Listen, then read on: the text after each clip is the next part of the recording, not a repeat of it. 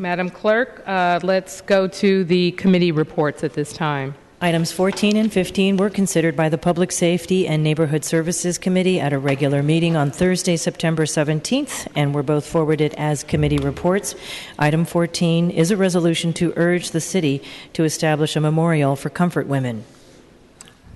Supervisor Marr. Thank you, President Breed. I feel tremendous pride in these chambers today as a Chinese American, but a member of the Asian and Pacific Islander communities. I have strong faith that the chambers here and San Francisco values of unity and justice will prevail today as we vote on this resolution and enact a memorial. I wanted to also say that the last few weeks and the very emotional hearings, like on Thursday at the Public Safety and Neighborhood Services Committee, have given me faith and hope that people will come together because of a better future that we want for our children. I think of my 15-year-old daughter who's of Chinese and Japanese American heritage, and I want her to learn a lot from Grandma Lee and so many others that are here in these chambers with us as well.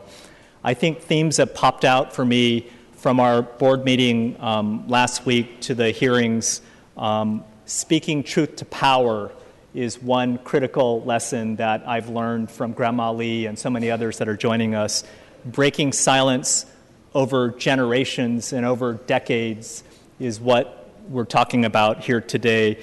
And lessons for me as a parent as well, of a fiercely independent young daughter who's learning about life.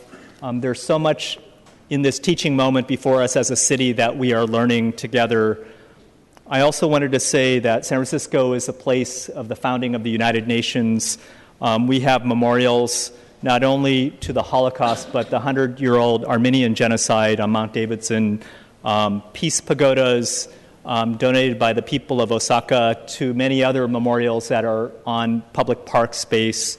And my hope is that as we develop a memorial for the over 200,000 girls and women and the current 2.09 million people that are human trafficked every day throughout the world, that this memorial will fit in very nicely with our values as San Franciscans. I wanted to shift the power of the room for a moment and say that the 11 members of the Board of Supervisors and our president often hold all the power in the room. But to me, power is emanating from many of you that are here, but especially from Grandma Lee, Halmoni Lee, who has come to us from Seoul with a tremendous gift of peace and love and healing and justice. I wanted to say that her strength of refusing to be a victim is something that I will never forget. Her strength of standing up to people that are the denialists that deny history. She is living history, a living testament of suffering, but also of healing and about justice as well. She's about future generations and our future. Healing comes not easily often, and my hope is that we are not looking at healing with Band-Aids and false words, but real healing that's bringing together communities with empathy and compassion for justice. It's a shared sense of justice that many of us feel in our hearts, but deep listening is critical. Grandma Lee's power is transformational. It's beautiful. She and the women's movements of Korea and Japan and Asia and in the U.S. are transforming all of us today in these chambers and will for future generations and for future memorials that will spread throughout this country and the world. I think it's important that we listen to her, and not just kind of a fake, shallow listening, but really deep listening, and listening to other victims of oppression as the true tellers of what history is about. We're being transformed in these chambers to be more human, as Grace Lee Boggs from Detroit says. We're being transformed to be more empathetic to people suffering. and the forced sexual slavery of over 200,000 girls and women. We're being transformed to really deeply think about empathy and compassion for the current day victims of human trafficking, or as Pope Francis calls, global slavery. I wanted to thank the coalition, the Comfort Women Justice Coalition, for teaching me so much about what it is to be an elected official. I wanted also to say that I also, as a 16-year teacher of Asian American Studies and Ethnic Studies at San Francisco State, often go to my long-time held mentors and resources. One poem that I would like to say our poet laureate, Janice Mirikotani, is with us in the room, and thank you to Cecil Williams from Glide Church for being here, civil rights leaders for our communities. But one poem, I think, gets at the heart of what the Comfort Women Justice Coalition has done over the past several months to build a broad Pan-Asian women's and faith-based and civil rights leadership in the coalition. But the poem is called Firepot, from a book called Time Degrees, from third world poets, people of color poets within our communities, with an intro by Maya Angelou. But I wanted to read Firepot by Janice Mirikotani. Different shores, language torn, relocated, immigrated, unassimilated, Asian. We share a common struggle against those who would attempt to split our tongues, chalk our minds, the common need to maintain who we are, to understand each other through, though we speak in different dialects and languages, though we are born from different roots. Korea, Japan, China, Samoa, Philippines, Southeast Asia, we must experience our connections. Japanese American, Chinese American, Korean American, Filipino American, FOB, ABC. We have been fractured, made to look at each other as though we are divided. But if we see with clear eyes, we know we are bound by common shackles. Manila to Vietnam, Korea to Laos, China to the islands, Hiroshima to Cambodia, Post Street to Hunters Point, Kearny Street to the Richmond, Mission to the Valley. Bound by our survival, bound by our strengths. Firepot, a collective soup of many tastes and ingredients. We come together from our own cultures, races. Add in this book our individual flavors and seasonings. Firepot. The brothers and sisters in this section are only a sampling of our different flavors. They speak for themselves, sing their own rhythms, understand the meaning of the soul, beauty, pain beneath our yellow-brown skin. Rice, adobo, sashimi, imu, juk, gailan, kimchi, chicken feet, a pickled sea, choy-sum, and mango trees nourish us. Hear it, smell it, feel it, taste it. Time Degrees, and that means feast. Thank you to Janice Mirikotani, our poet laureate, for the spirit of bringing us together.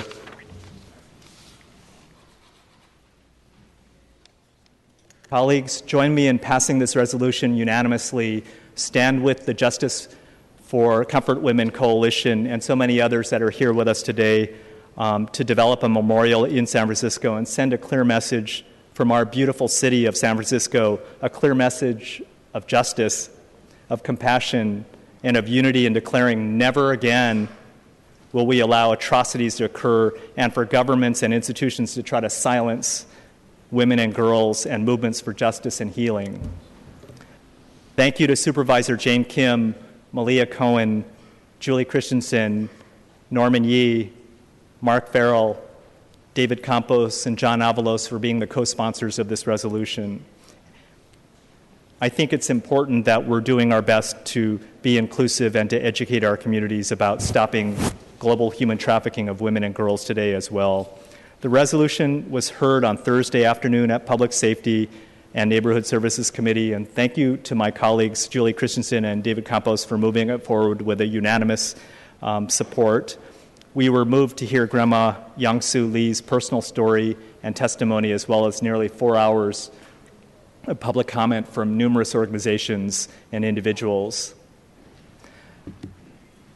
Grandma Lee and the members of the Comfort Women Justice Coalition and leaders from the Asian Pacific American community have worked relentlessly to raise awareness of the women who suffered during World War II, forced into sexual slavery by the Japanese Imperial Armed Forces as comfort women. But the resolution also supports a memorial for the so-called comfort women, but also is a first step towards education and community programs that will make sure we never forget as a city. The memorial will provide a sacred place for remembrance, reflection, and atonement for over 200,000 women and young girls, euphemistically referred to as quote-unquote comfort women, who were kidnapped and forced into sexual slavery by the Imperial Japanese Armed Forces during its occupation of Asia and the Pacific Islands from the 1930s through the duration of World War II. For the past several years, my office has made compassionate, informed, and sincere efforts to work closely with the Comfort Women Justice Coalition, with the Mayor's Office, but also with women's civil rights, faith-based, and community leaders from Korean American, Chinese American, Filipino American, and Japanese American communities to craft this resolution in the spirit of unity and moving our city forward. This afternoon, we're also honored again to have Halmini Lee, Grandma Youngsu Lee, with us. She's graced San Francisco with her heart and strength. She's an example of living history of sorrow turned into empowerment, healing, and justice. Her courage, bravery, and leadership are something that I will never forget. She speaks against not only the atrocities of World War II, Japanese Imperial Armed Forces, coercing and forcing young women like herself into sexual slavery as comfort women, but she also speaks about the future, that we can heal and we can come together as well. Thank you for fighting for justice and dignity for people. I can't thank everyone from the coalition, but I did want to single out Victor Lim for my staff for amazing work in helping the coalition and moving the legislation forward. Raquel Redondias as well from my staff. Our policy interns, Lindsay Kimple, who's done tremendous work. And during the summer, Annika Stagg from the London School of Economics and Angela Yip from UCLA's Asian American Studies Department for their work with the coalition. Colleagues, I have several minor amendments that you all have at your chairs that emphasize human trafficking from Not for Sale and a number of human trafficking groups in our San Francisco task force. It also acknowledges the Japanese American community's shared experience of discrimination with other Asian and Pacific Islander communities and the horrors of the Japanese 120,000 people of Japanese ancestry, the vast majority of them U.S. citizens, two-thirds of them who are incarcerated in U.S. concentration camps as well, so it adds language on that. And I wanted to also say that it emphasizes that the memorial as we move forward will be a public memorial in a very public place so that everyone can benefit from the healing and the learning from our memorial for comfort women. I wanted to say that I'm appreciative of the work of Supervisors Norman Yee and Scott Wiener to also bring about another language change, which I'll be supporting as well. The next steps after this resolution passes, the hard work begins after it passes, believe it or not. I'm working with city officials, including the mayor's office and others, to establish a working group that will join the coalition, the Comfort Women Justice Coalition and other city officials in designing and implementing the memorial within a year.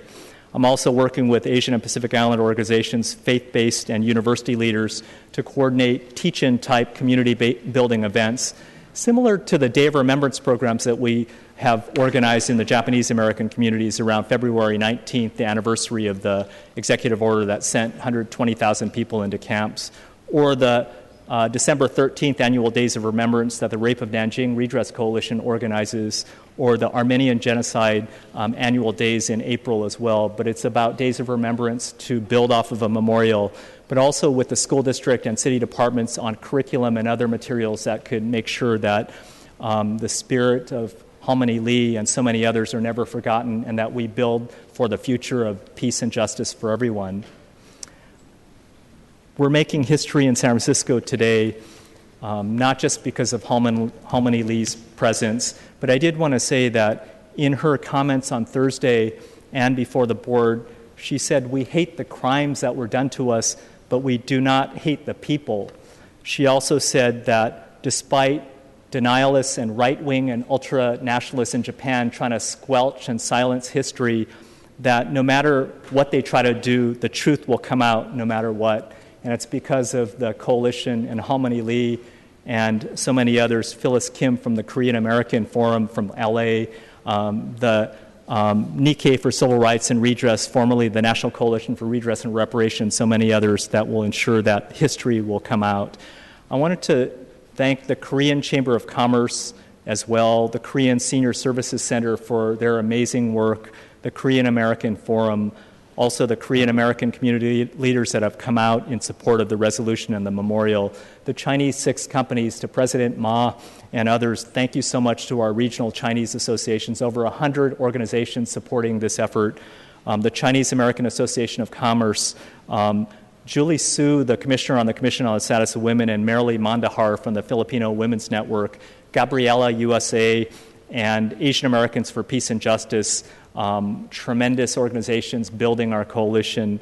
Thank you to our public defender, Jeff Adachi, who's been with us from day one as well and expresses his solidarity and support.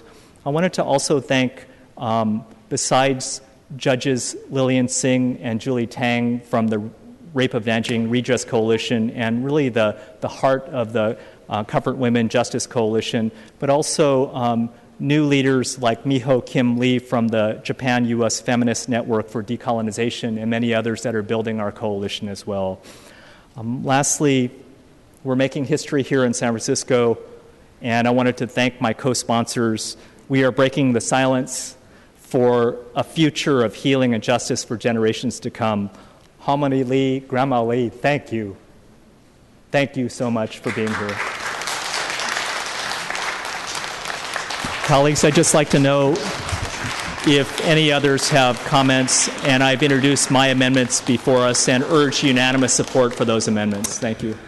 So Supervisor Marr has made a motion to amend the legislation. Is there a second? Seconded by Supervisor Kim. Okay, Supervisor Kim. Thank you, and I just want to thank Supervisor Marr and his office for their leadership around this work. I think when it was introduced, it was largely viewed as something that would pass fairly easily and unanimously on this board. But of course, with any major event and atrocity that is committed, there is, of course, a lot of debate and discussion that, that people want to continue to have. I'll just say a couple of things about why this resolution is so important to me personally. I had mentioned when we recognized Harmony Lee last week that I grew up hearing stories about young Korean girls who are kidnapped and abducted from their homes and taken to serve as sex slaves for the Japanese military for years. Later, as a young adult, I read many of the stories written by these comfort women who were raped 20, 30, 40 times a day, over and over again, humiliated, scared, frightened, and incredibly young to serve warfare.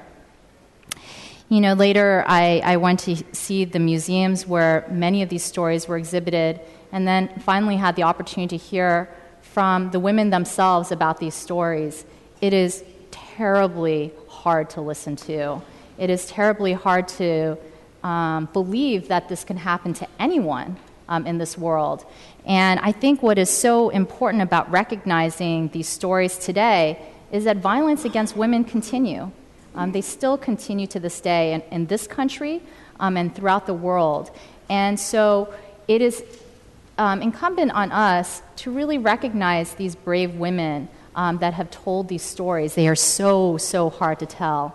And even in our chambers, I think we've seen the small example of that, of seeing women still accused of lying and saying that it wasn't that bad or it didn't really happen to them.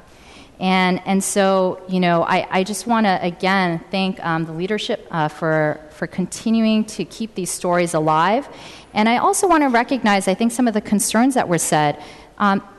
This is one atrocious example of human trafficking and violence against women, and it is certainly not limited to Japan, but it does not erase what the Japanese government and military did. But to say that this is a reflective of an entire people is definitely wrong. And as someone who later read the Barefoot Gen novels of the 6-year-old boy who grew up in Hiroshima and watched his whole family die in front of his eyes and melt away, there has been excruciating experiences on all sides during war, and we must recognize that. But we must also recognize this story as well. And finally, I just want to really thank Harmony Lee for telling your story and making sure that we don't forget. And I had said this last week, but it is simply revolutionary in itself that you have survived and that you have decided to dedicate your life to telling this story so it doesn't happen to young women again. Harmony Lee, 이야기 우리한테 얘기했으니까요. 많이 감사합니다. 당신의 힘을 주셔서 많이 감사합니다. 저도 사랑 많이 했습니다. So colleagues, I look forward to your support. At Roll Call today, I'm actually introducing a legislation to start a task force to help young women on college campuses come out and report rape and sexual assault. And this is really in many ways inspired by Grandma Lee and doing this globally. We must end violence against women in our city as well. And so thank you again for your courage and leadership and inspiring us to do so much more.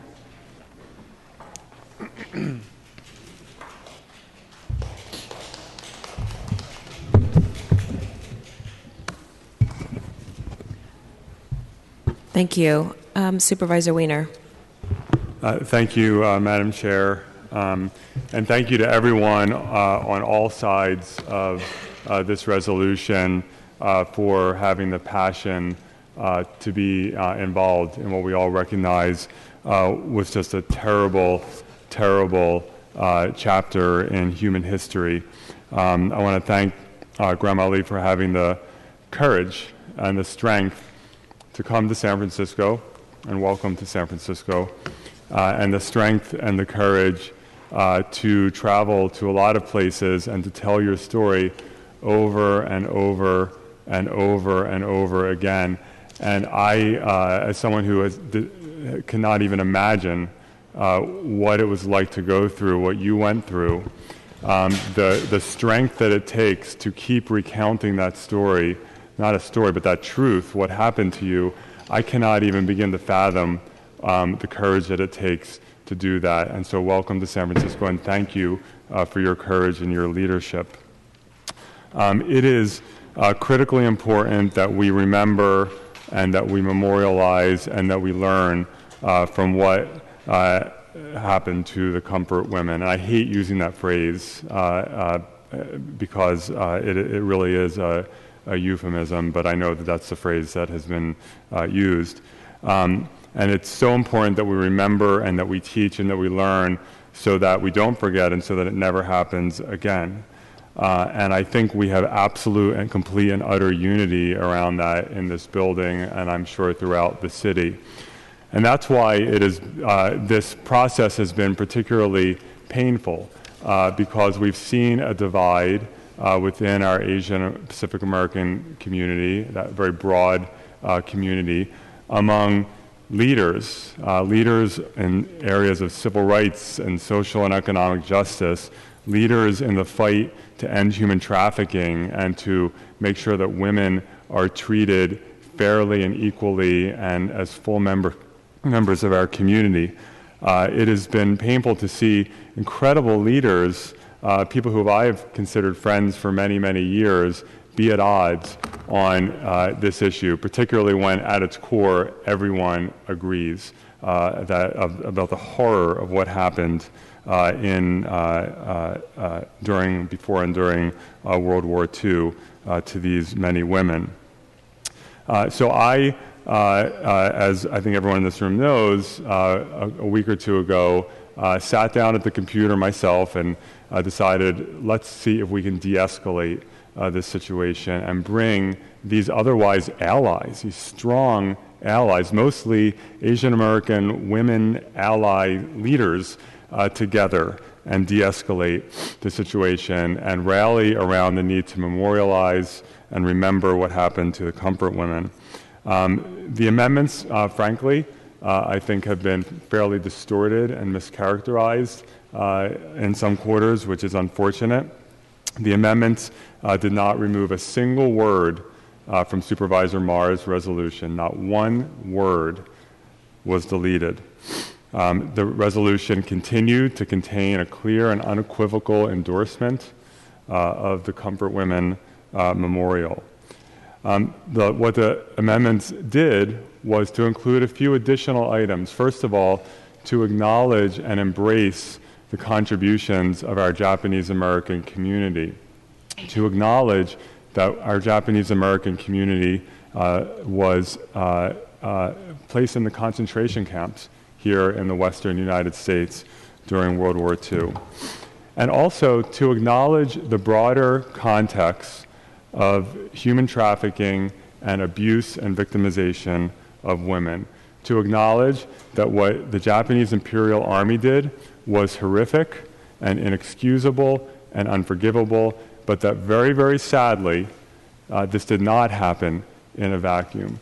That this has been the story of women in this world from the beginning of time, example after example after example of countries across cultures and across the world victimizing and abusing and at times enslaving women. And that was the point of the amendments. And I know that some kept saying that this is watering it down. It didn't water anything down. It placed this horrible incident in context and then said we should have a memorial specific to comfort women so that we learn and never forget. And some said to me, various people said, well, Scott, as a Jew, what would you say if there were a resolution to establish a Holocaust memorial and someone tried to insert language around other genocides? And that was a really interesting question, because the answer is, colleagues, you've heard me talk about the Holocaust before, where 6 million members of my community were placed into ovens and were killed in ovens because they were Jewish. And when we in the Jewish community talk about the Holocaust, and we have Holocaust memorials here, a small one here in Washington, in Jerusalem, in other places that are specific to the Holocaust, just like this memorial will be specific to the comfort women. But when we talk about the Holocaust, we place it in the broader context. We don't run away from the fact that there was a Holocaust, that there was a genocide in Rwanda or in Cambodia or in Armenia. We embrace the fact that the Holocaust, as unique as it was, is also part of a broader context of human history where people at times massacre other groups of people for who they are. And that doesn't in any way water down our remembrance and our memorialization of the Holocaust so that it never happens again, but it strengthens it. It strengthens it because we are saying that it can so easily happen again because it has happened again repeatedly between the end of the Holocaust and today in Cambodia, in Rwanda, and in other places. And it's imperative that we do not look at these things in a vacuum and that we always remember the broader context. And so those amendments were intended in that spirit. I think they were in that spirit. And here we are today. I want to thank Supervisor Marr for his amendments, which incorporated some of our discussion, particularly around the contributions and the discrimination against the Japanese American community. I also, Supervisor Yi and I have worked on a modified amendment in terms of recognizing that this did not happen in a vacuum and that there are other countries that have abused women. And I've distributed that amendment. And I want to make one change to what I distributed. Instead of saying excuse Japan's actions, it would say excuse the actions of the Japanese Imperial Army. So it would read, whereas victimization of women has occurred in other countries, However, it does not in any way excuse the actions of the Japanese Imperial Army.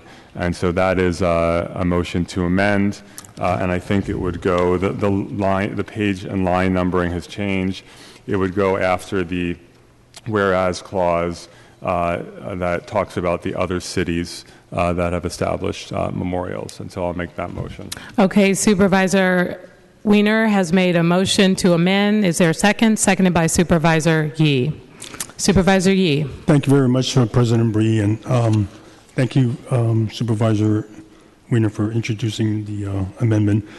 First of all, I really wanted to thank Supervisor Marr for bringing this up, and when he first brought this up and gave us notice about this, I jumped right at it and said, yeah, I want to co-sponsor.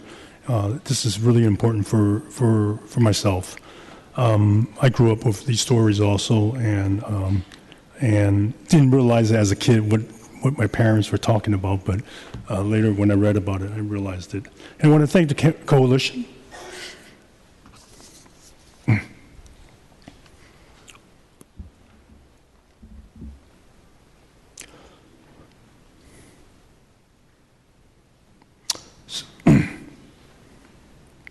I want to thank the coalition members for working on this and making it a reality. Thank you, Grandma Lee, for being here from Korea and really being the person that we could identify and say, yes, this is a real story, we know it, and you just made it even more real. It's important to remember our history, whether it's good or bad, and sometimes we shy away from that and forget about things. And we really need to learn from our past to continue to rise up against any evil acts that come along. The amendment that I'm supporting allows us to continue to focus on the issue of the comfort woman, but I think to make this resolution even stronger, it gives us an opportunity to remember what happened, but it also gives us an opportunity to address anything that comes in the future. It's basically saying, let's build a springboard from this. Let's just don't stop caring about one thing. Let's care about this and care about other issues that come up as we know will come up, and that we will not be afraid to say stop it because we see what happened from the past. And if it's not us that's going to say stop, who's going to say it? So I just want to, again, keep this real short. I fully am looking forward to having a memorial be placed in our public grounds. Supervisor Tang. Thank you. I'm just going to keep my comments real short as well because I know there's been a lot of dialogue about this, but just seeing everyone here, everyone who's been involved in the conversation leading up to this resolution today, I just really hope that we can all harness this energy to do good in this community, to make sure that nothing like this ever happens again, that we can all collectively address issues to eliminate domestic violence against women, eliminate human trafficking in this world. So I want to thank you all for being here, and I hope that we can move on from this being more productive in our community. So thank you very much. Thank you, Supervisor Tang. Supervisor Christensen. I'll try to be brief as well. I said in committee that I think it's very important that we recognize and remember and condemn despicable acts whenever they've occurred. 70 years is a long time to wait for recognizing and remembering and condemning this despicable act. I'm grateful to Grandma Lee for coming to inspire us, to those who have worked hard to come to this day, and to my colleague Supervisor Marr and those who have participated in this. I hope it's noted by the community that our deliberations have not been about whether such a monument should exist, but rather how it should be framed. And I have people I respect who have seen this issue on different sides. I echo the concern. It's painful to see people I respect disagreeing with each other, especially when it's women disagreeing with women about an issue that I think we all find reprehensible. So I'm grateful to Supervisor Weiner, Supervisor Yee, and especially to Supervisor Marr for considering a little of the healing balm in the language that will make sure that we, in trying to properly memorialize one group of people, do not unfairly malign another group. So I'm grateful for that effort, and that has been, I think, the focus of our deliberations. And so I'm appreciative to all. It's certainly been a cathartic experience to go through all of the testimony and the thought on this, and I'm happy to see us move forward and to begin talking about the form that this memorial may take. President Breed. Thank you. Supervisor Marr, through the chair, I had a question regarding the word public in your amendments. More specifically, your use of that word is vague, and I just wanted to understand exactly what that implies. Supervisor Marr. Thank you. I just wanted to say that there have been some threats from some individuals in San Francisco that they would not let a memorial on public land. So that's everything from Golden Gate Park to Lincoln Park to even Japantown, where there's a number of memorials, from the Peace Pagoda to the California Japantown Landmarks Project monument, bronze monument that depicts Japanese American experience. So it's really an effort to ensure that the most accessible place would be chosen, likely on parks land, like many of our hundreds of memorials and plaques and statues are in San Francisco. Which would also include a separate public process to make it possible. Yeah, the private funds that have been raised for this memorial, like others from the Armenian genocide to other memorials, really is an outpouring of the support from the Comfort Women Justice Coalition, and well over, I think it's $140,000 has been raised. My work with city departments, from the Arts Commission to the Rec and Park Department, along with a task force, will be about what's the most appropriate design and locations for the potential memorial. So it's to really ensure that it's going to be a public space that is accessible to people. President Breed. Okay. I guess my only concern about including public is it limits it to only a public space rather than any space that could exist for the possibility of having this. So, and then also I just want to make sure that there's not some expectation that somehow we're obligated to fund this without the appropriate process in place.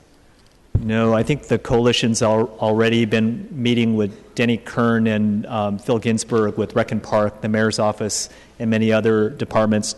And my conversations with Tom DeCaney, the head of the Arts Commission, and others, that we would be working through the city family, the city departments, and the mayor's office to ensure that it's a process that moves forward, that many people can be involved in.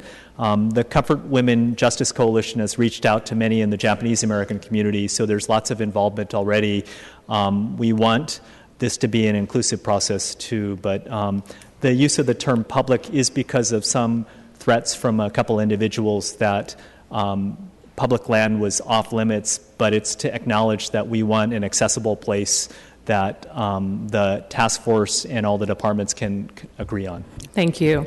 I just want to make a couple of comments as the supervisor who represents Japantown.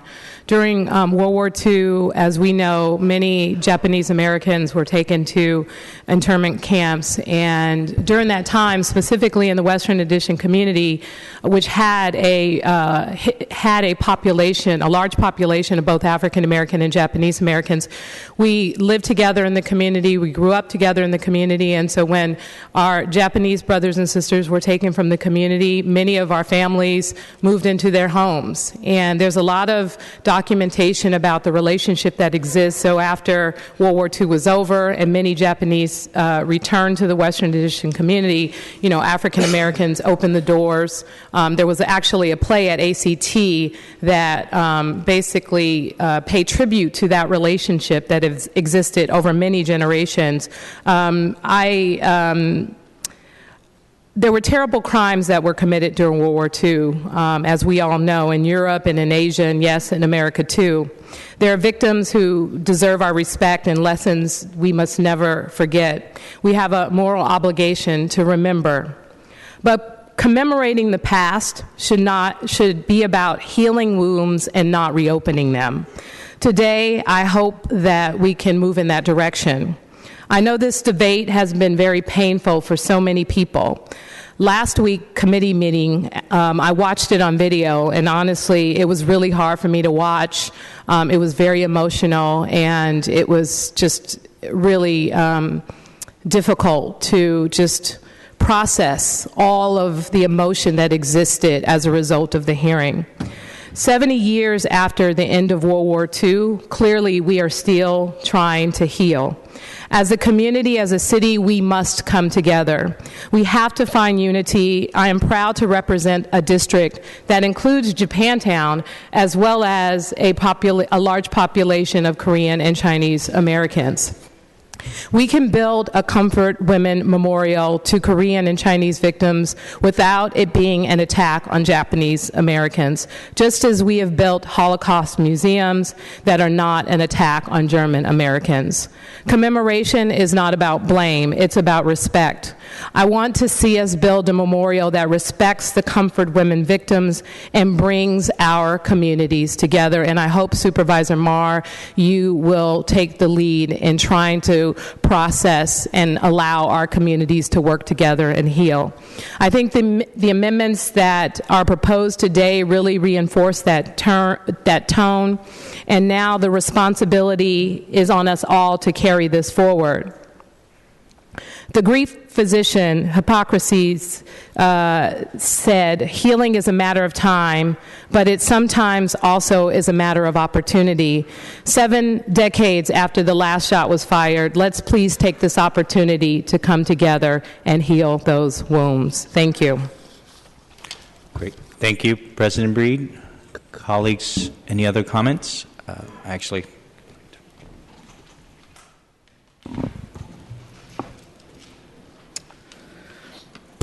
Supervisor Marr. Thank you, President Breed and colleagues. I just wanted to thank you for listening to Grandma Lee, the coalition that's growing, and it has been emerging from the Korean American, Chinese, Filipino, Japanese American, women's, faith-based, and civil rights communities. Thank you so much for listening. Grandma Lee, you've changed San Francisco. As we move forward to pass this resolution and commit ourselves to establishing a memorial, though it may not mention you in it, I'll just say your heart and your strength and courage will forever be in San Francisco. Thank you so much, colleagues, and I urge a unanimous vote on this resolution. Supervisor Campos. Thank you, President Breed, and thank you to Supervisor Marr for your leadership. Thank you to your staff, Victor Lim, for working on this, to Supervisor Yee, Supervisor Wiener. I don't want to repeat everything that's been said. I just want to say it on a very personal level. I want to thank Grandma Lee for coming to San Francisco. You have given the city and county of San Francisco a great gift. It's the gift of truth, and it's a gift that will keep on giving. And I am grateful that for years to come, so many generations of San Franciscans will learn about what happened here, and that is in great part because of the courage of Grandma Lee. Thank you on behalf of certainly the district that I represent, but more importantly, on behalf of the future generations that have a lot to learn, that they're going to be able to do that because of you. So thank you very much. Thank you, Supervisor Campos. And seeing no other names on the roster for the amendments proposed by Supervisor Marr and that were seconded, colleagues, can we take these amendments without objection? Without objection, those amendments passed. And on the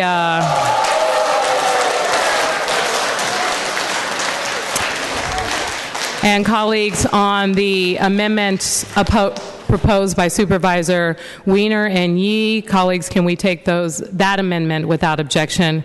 Without objection, that amendment passes. And on the underlying item,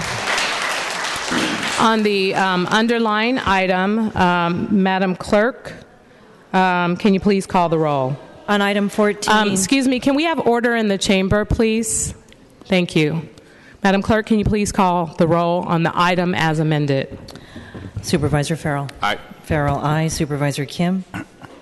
Kim, aye. Supervisor Marr. Aye. Marr, aye. Supervisor Tang. Aye. Tang, aye. Supervisor Wiener. Aye. Wiener, aye. Supervisor Yee. Aye. Yee, aye. Supervisor Avalos. Aye. Avalos, aye. Supervisor Breed. Aye. Breed, aye. Supervisor Campos. Aye. Campos, aye. Supervisor Christensen. Aye. Christensen, aye. Supervisor Cohen. Aye. Cohen, aye. There are 11 ayes. The resolution is adopted unanimously.